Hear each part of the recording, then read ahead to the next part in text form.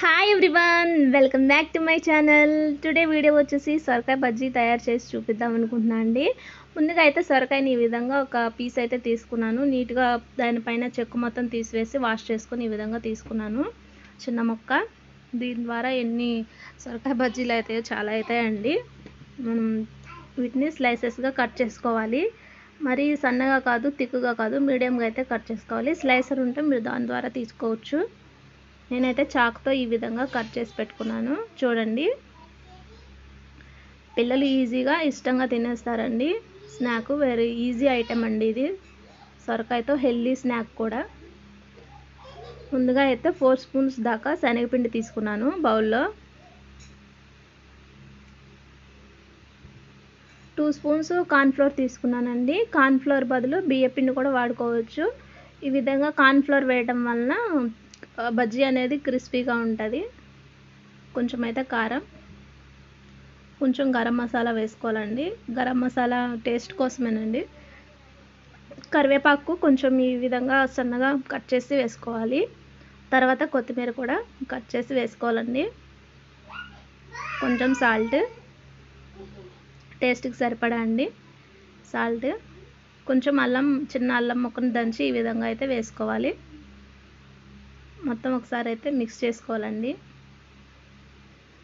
కొంచెం water add చేసుకుంటూ mix చేసుకోవాలి.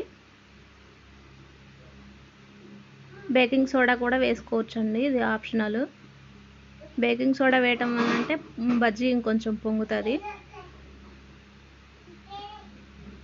పిండి ఏమైనా జారుగా ఉంటే ఇంకొంచెం పిండి కలుపుకోవచ్చు. సాల్ట్ సరిపోకపోతే కలుపుకోవచ్చు అండి. ఇప్పుడే డీప్ ఫ్రైకి సరిపడా ఆయిల్ తీసుకున్నాను.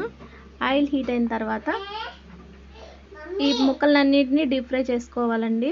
ఈ విధంగా డిప్ చేసి అందులో ముంచేసి అటు ఇటు ఆయిల్లో వేసుకోవటమేనండి. ఈ విధంగా అయితే ఆయిల్లో వేసుకోవాలి. చూడండి, చాలా ఈజీ అండి ఈ స్నాక్ అయితే. మీరు తప్పకుండా ట్రై చేసి చూడండి. ఫస్ట్ టైం నా ఛానల్ చూస్తున్నట్లయితే ప్లీజ్ సబ్స్క్రైబ్ మై ఛానల్ అండి. సపోర్ట్ చేయండి. వీడియో నచ్చితే లైక్ చేయండి.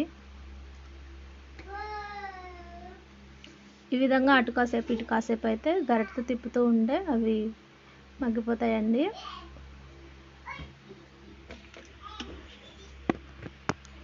ఆయిల్ని ఫస్ట్ హై ఫ్లేమ్లో ఉంచుకోవాలండి. తర్వాత మనం వేసే ముందుగా సిమ్లో ఉంచుకోవాలి. ఎందుకంటే త్వరగా ఫ్రై అయిపోతాయి. అలా కాకుండా చిన్నగా స్లోగా అవ్వాలంటే సిమ్లో పెట్టుకోవాలి. మొత్తం ఉడుకుతాయి అప్పుడు. ఈ విధంగా గరిటెతో తీసుకుంటే ఇలా అంటుంటే ఆయిల్ మొత్తం అందులోకి పడిపోతుందండి. ఏమైనా బజ్జీలో ఆయిల్ ఉంటే కళాయిలో పడిపోతుంది. ఈ విధంగా మిగతా వాటిని కూడా వేయించుకోవాలండి.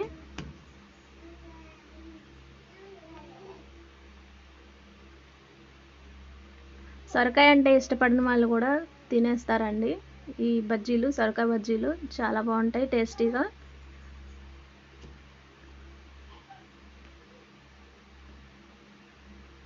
బజ్జీలు అయితే రెడీ అయిపోయినాయండి. చూడండి,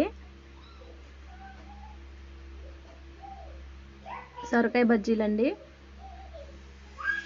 మీరు తప్పకుండా ట్రై చేయవలసిన స్నాక్ అండి ఇది. మీ పిల్లలు ఇష్టంగా తింటారు. వీడియో నచ్చితే లైక్ చేయండి. మీరు ఒక లైక్ ఇవ్వటం వలన ఈ వీడియో 10 మందికి షేర్ అవుతుందంటండి. వీడియో నచ్చితే లైక్ చేయండి. Thank you for watching my video అండి.